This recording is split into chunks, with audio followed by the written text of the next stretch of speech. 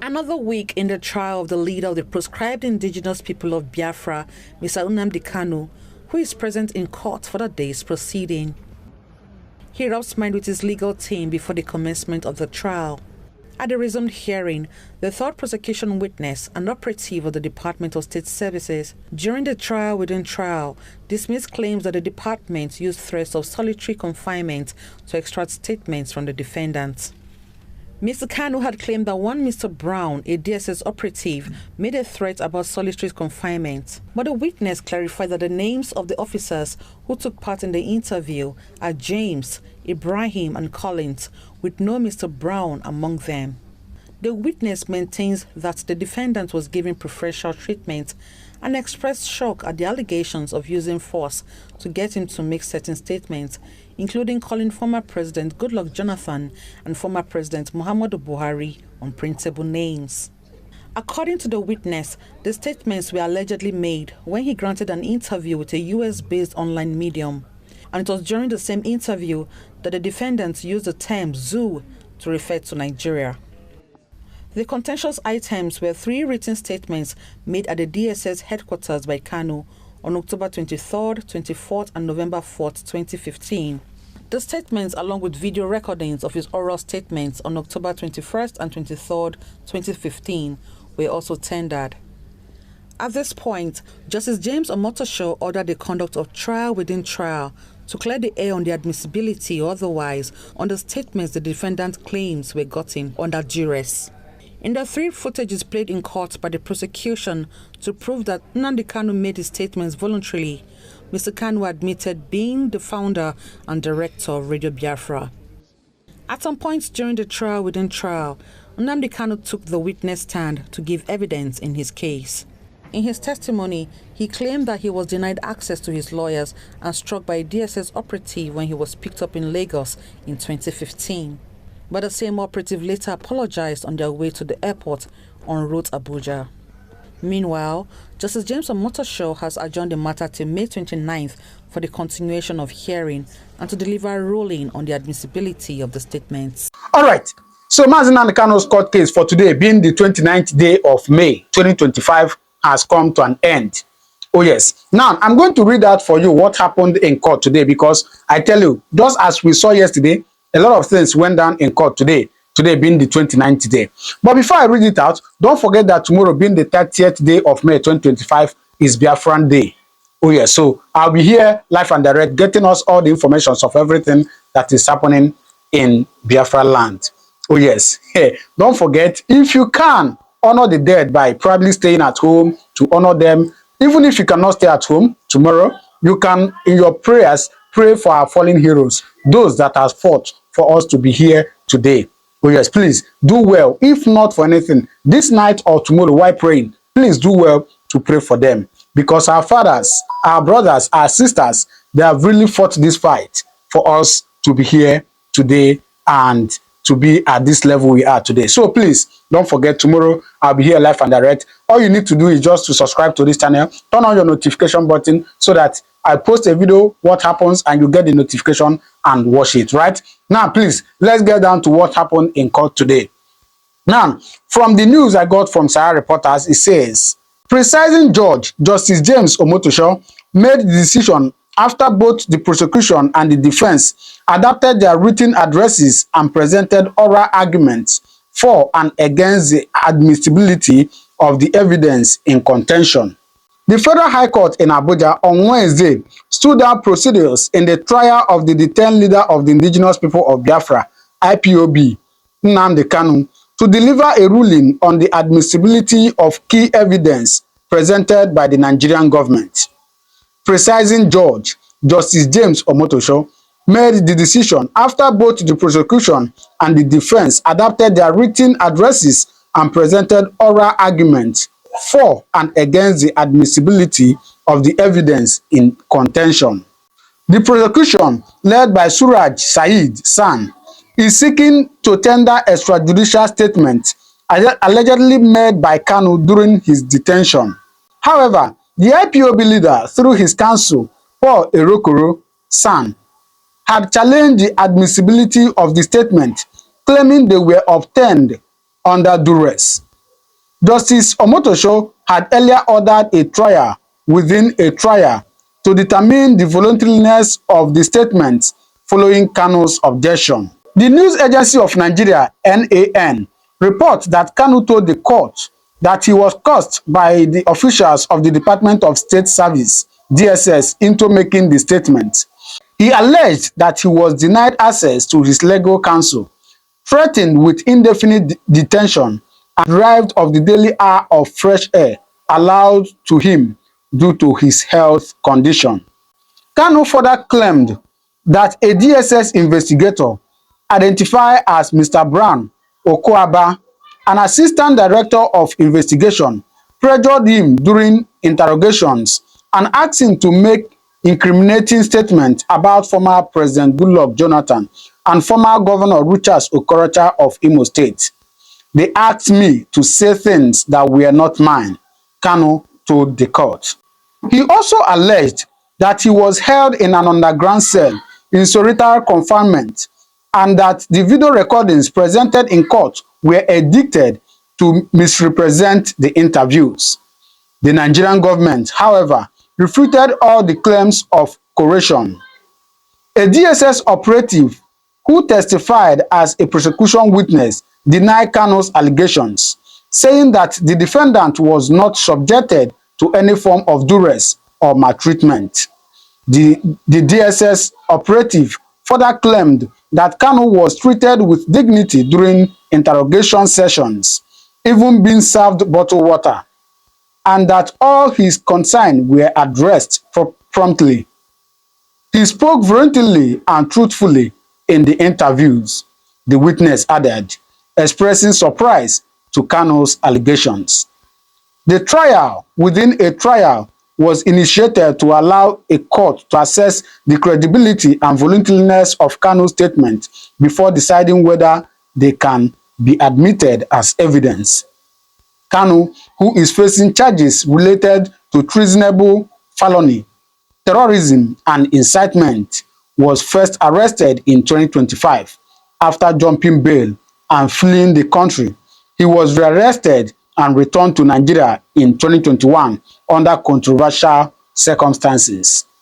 His prolonged detention and ongoing trial have continued to stir political and human rights debates across the country and beyond. Justice Omotosho is expected to deliver a ruling on the admissibility of the disputed evidence after they stand down. The trial continues. Now, this is what happened in court today. But somewhere I have to say something about this. It's just at the ending. Why did Sahara reporters, you see what we are talking about some of these news agencies? Sahara reporters that report this news, they went down to say that, okay, they said, Kanu, who is facing charges related to treasonable felony, terrorism, and incitement, was first arrested in 2025 after dumping bail and fleeing the country. Abeg, let me ask you, watching this, being truthful, removing all form of sentiment, did Nnamdi Kanu jump any bail? I think it was one of the charges that the federal government brought some time ago, and the former Chief Justice, strike them out. Today, we still see news agencies repeating the same thing. And that is one of the things we are suffering in Nigeria. When we tell you that some of these news agencies, some of them are one of the problems we have in this country. Not reporting what is real, not reporting the truth, saying it in the way that it will favor probably their masters or whoever that has employed them. How can they say in this that Kanu jumped bail and flew the country?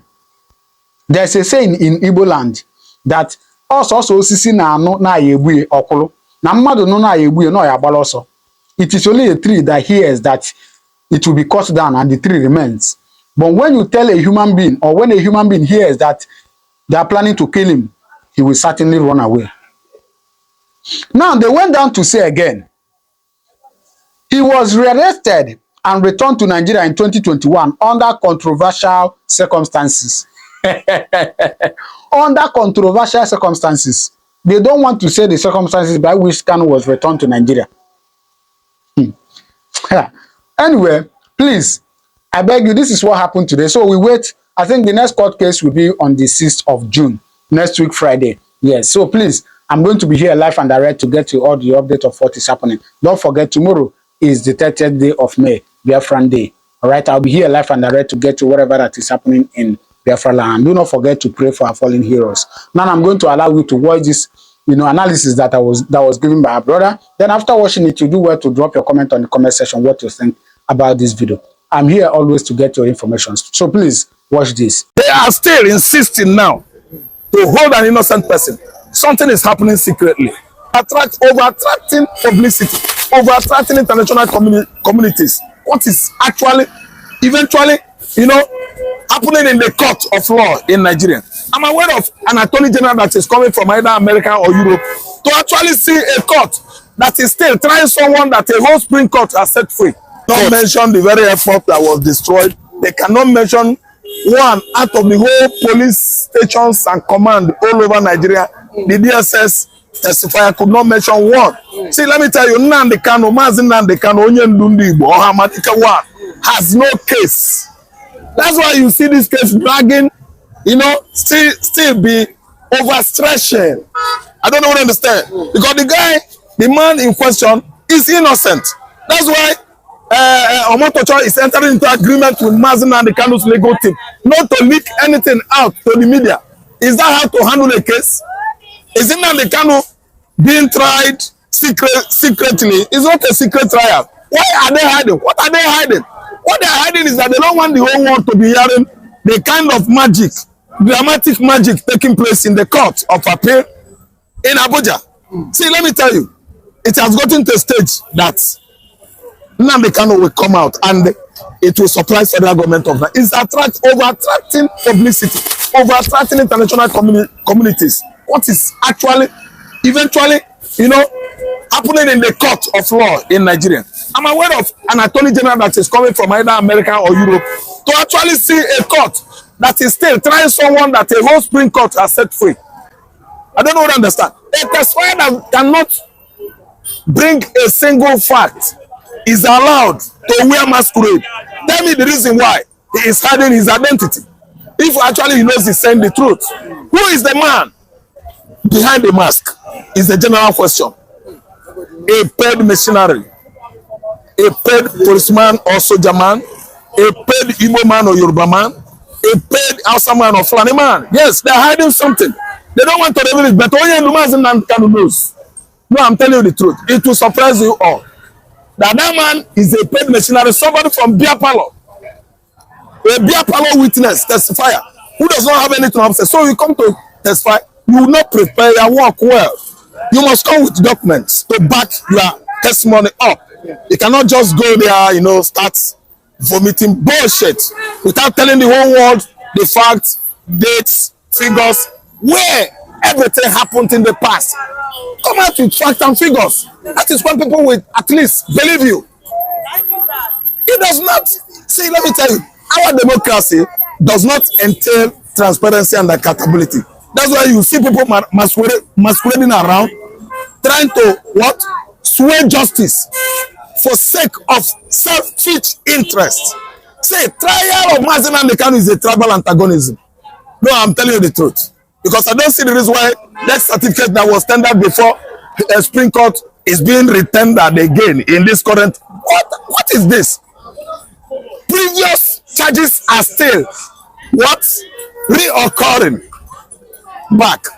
What kind of case is that? All I know is that James Omotocho will bring this matter to an end today. He's not going to at least adjourn it anymore. We don't want any other adjournment. He's not going to. See, this is a clear mimic. This is a clear dramatic, let me say, magic going on in Nigerian courts. This is a clear melodrama. It is melodramatic. What is going on in Nigerian court? What we are having there is just an ordinary kangaroo. Even military tribunal, they actually open up to the media, both electronic and house media, to tell the world what is being transpired. Haven't you seen Okuta panel? Even when the Diabo was there, when all those cocaine pushers were killed, tried. You know what actually brought about the shooting of the first cocaine pushers, of the first time cocaine was, cocaine pushing was made a capital punishment in Nigeria. The 3 victims, they were made known to the public. At least they had story to tell their parents. The media had story to tell. They did not hide anything in 1985 until 3 of them were condemned. Yes, Bartholomew Owo, Osofia's senior brother, and Oko, bright student, was killed among the victims of this same jihadist, Buhari. Buhari is a jihadist. I'm telling you, Buhari, don't remove it. Don't remove it. Bartholomew Owo, Bernardo Ojulope, listen, my opinion counts. Bernardo Ojulope, Bartholomew Owo did not kill anybody. The 2 of them, Yoruba, Igbo, and the Delta, former Bende State, they were not terrorists. They did not kill anybody. Cocaine pushers in our constitution is not ought. That is the law is even very, very amiable, friendly to an offender. That's a trafficker. It shouldn't be made total. How do I put it? It won't be made final. That is capital punishment for the offenders. Buhari and the Diabo condemned innocent Igbo, innocent Yoruba man, innocent Benderlites. What? Why? Tribal antagonisms. Igbo hatred. Igbo na Ekwano. Nnamdi Kanu has no case. Yes, if actually they know that he has case, unmask the masked men, the masked fires, they should expose their faces. Why blocking the lawyers, Nnamdi Kanu legal teams from talking to the world, from opening up to the media? You have something hiding. You have an ace up your sleeves, meaning you are hiding lots and lots of things in your cupboard. Nnamdi Kanu should be freed. He is not a terrorist. There are many terrorists, many vagabonds, as bandits and brigands going on their normal business in Nigeria, walking free on the streets of Kano State, Maiduguri, worshiping in their various mosques across the north region. And Nnamdi Kanu, an innocent businessman agitating for Biafra, is suffering for what he doesn't know. Nnamdi Kanu has right to agitate for Biafra. Okay, listen, bring the camera closer. I have right to agitate for Biafra. It is my constitutional right to agitate for self-determination. See, Biafra agitation must explode. I mean explosion, volcanic eruption after Nnamdi Kanu's order. You can't stop Biafra.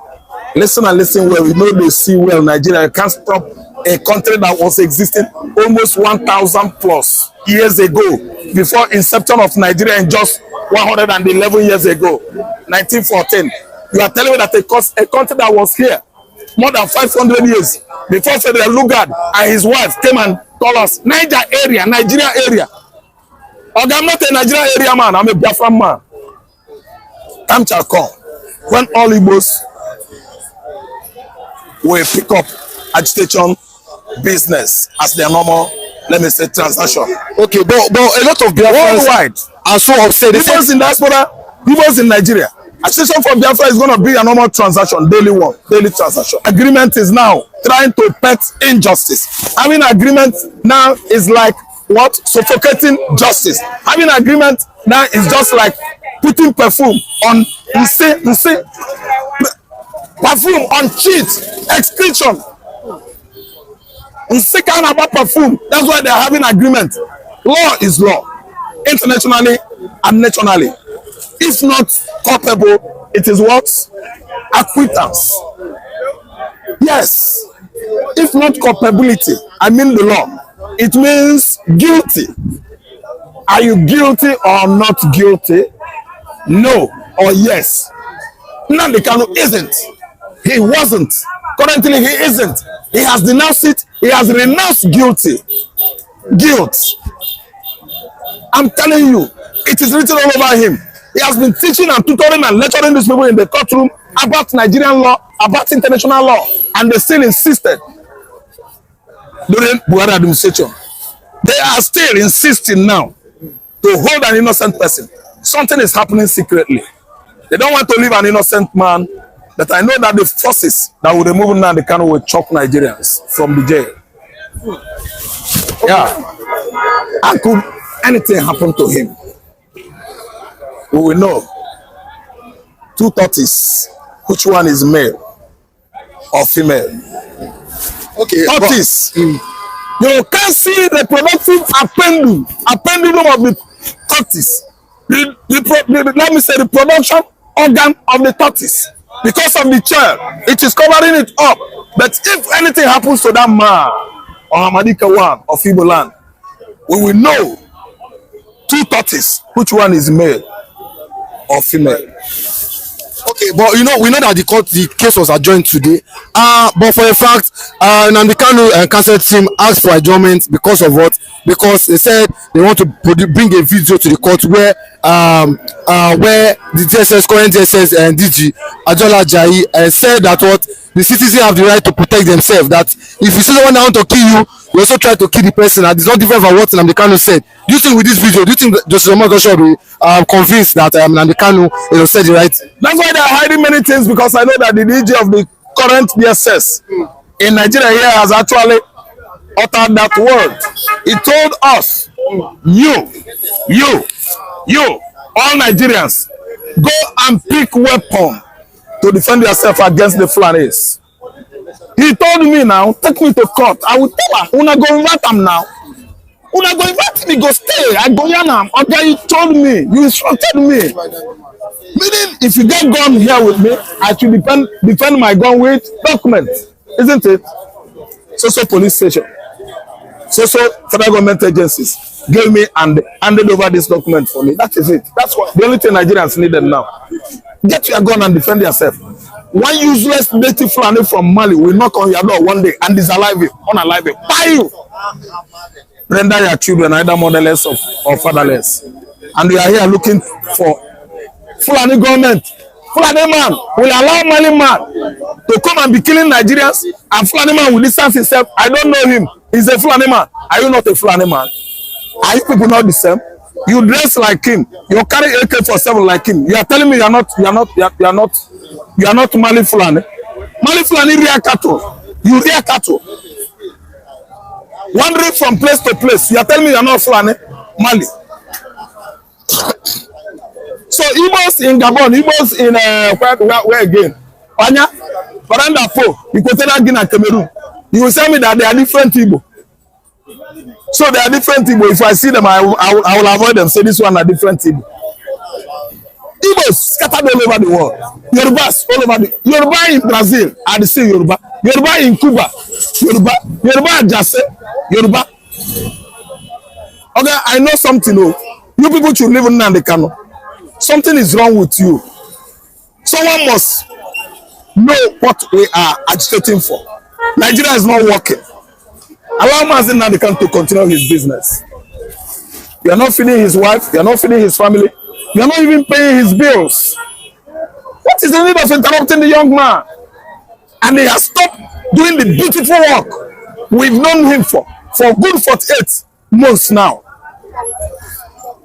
Once upon a time, a country that was formed and designed under the powers of darkness at Confluence Town, Lokoja, by two beings, human beings, Florence and Loglugard, all of a sudden become thorns on our fledges, and we could not own it up at. Nigeria is faultedly what? Structured. The structure of Nigeria is based on serious omission and error. It shouldn't be a nation, multinational. There are many nations in this contraption, and failure to integrate so that each and every nation will become a sovereignty of their own. I don't think Nigeria is going anywhere. Besides, Nnamdi Kanu has been awarded financial incentives for the military operation inspected by the then Chief of Army Staff, Major General Butai. who desecrated Nnamdi Kanu's palace. Could be that it was the palace of Sabian of Sokoto. Could be that it's the palace of Akwa Gala, Oba of Benin. That operation wouldn't have held. Why? They allow him to go because as an Igbo, Igbos are not regarded. Yet they are the best in Africa. They went there and desecrated the man's compound. As a result of trauma and psychological intensity the man went through, he dropped dead. His wife followed. I'm telling you that federal government of Nigeria, under the watch of Justice Omotosho, are about to dole out billion naira financial incentives to Nnamdi Kanu, and Kanu is going to collect the money. Yes, for killing his parents, for desecrating his compound, disaliving almost 38 boys, followers of Nnamdi Kanu, Biafran faithfuls, Igbo youths. It began to look like genocide, yet they are still denying it. Motosho should look into that. Shooting of those 38 boys on Nnamdi Kanu's compound is a great legal blunder internationally. It was a genocide committed by Nigerian military clique. Nigerian military, Boko Haram in the north. There are Boko Haram, there are Hesme, Mekuna go. Lakarua and Mahuda has come, another terrorist, platform sponsored by the West. Yeah, from the axis of Kwara and the Ikiti. Mahuda, from the axis of Sokoto, Zamfara and Katsina. Lakarua. Then and the rest of them, ISWAP. Boko Haram gave birth to ISWAP. After not saying ISWAP for how many years? France and the rest of the Western, oligarchs that gave out ISWAP to Nigeria, to disorganize us here. After they work hard, Burkina Faso is still standing gidigam. They are fooling around, trying to sponsor a purge that could at least, bring down the young Traore. But all hands on desk, everybody we are burning our candle this time around in and outside the African continent to make sure that Traore is alive. They can never succeed on eliminating Traore. Ibrahim Captain Traore must leave. Long live Burkina Faso. Long live Federal Republic of Biafra. Long live Nnamdi Kanu. Long live Captain Traore of Burkina Faso. This is a constitutional right. Self-determination is not a crime, but a right under the laws of the Federal Republic of Nigeria and customary international law. Therefore, I make no apologies for pursuing Biafra relentlessly and determinedly. It can never stop. Those who underestimate our resolve do so at their own peril. As I've said before, we are not alive, we are dead already. When you see men, you will understand how determined we are. But there is one thing we have resolved to do. From today onwards, the death of every Biafran will be avenged. If you kill a Biafran, you will be killed. No matter who you are, we will keep pursuing you until you die. You have no peace and you have no rest. I'm saying it on video that the whole world may understand. In 1966, the world kept quiet as Biafrans were slaughtered in their numbers, 300,000 in the north. 67 to 70, over 3.5 million people were killed. Nobody stood trial for it. Rwanda lost less than 100,000 people. ICC and international courts were convened to try those who were responsible, or should I say those who were culpable. The same thing in Liberia. But because you killed us between 66 and 1970 and nothing happened, and from 1945 to 1966 and nothing happened, that was the reason, or should I say, that is the reason why the Fulanis will keep coming to kill us on a daily basis. Right now, from this day onwards, if you kill us, we are going to kill you. The men are ready. They have come to defend Biafra land, not to separate from Nigeria, no. We are going to accomplish that via a referendum. But if you come to our villages now to rape our mothers or abduct our sisters, you will die in the process. Any governor found aiding any of these people or giving our land to Fulani Janjaweed will be in trouble with us. Let me make one thing abundantly clear to all of you listening.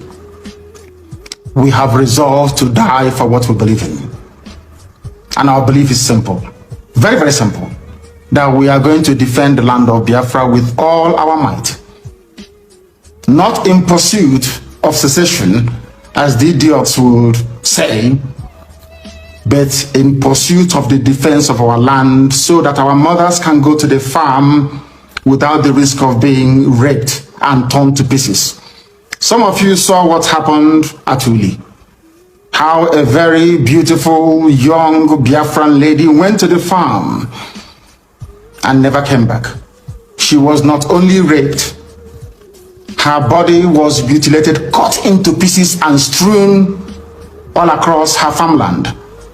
None of you did anything. Anambra State governor did nothing. Instead, he went along to appoint the same people that committed such heinous crime against the land itself into his cabinet. These are the idiots we are having to contend with in the land of Biafra. And we are saying enough is enough. If you're part of this very conspiracy to emasculate the children of God, to destroy Biafra land, then you are grossly mistaken. I know that the Fulani Janjaweed are not highly educated, they are not polished, they are not discerning, they cannot reason very well. Let me make this very, very clear. The Eastern Security Network is what it is. An organized vigilante outfit, rather than restricting the activities of the defense of our land to maybe Enugu State or Delta State or even Bayelsa State, for instance. We have resolved to defend the entirety of Biafran territory. Allow me to repeat, because some of you are not educated enough to understand what we are saying. I am addressing this to the Fulani Janjaweed. Allow me to repeat. The Eastern Security Network is there to safeguard our land, to stop Fulani terrorists from Mali, from Gambia, from coming into our land to kill us. Our mothers must return to their farms, and our daughters must be able to move about very, very freely. The only way out of the mess people are in Nigeria is that people should... All right. So what do you think? Please do well to drop your comment on the comment section what you think, all right? I'll see you in my next video. Thank you very much, and God bless you.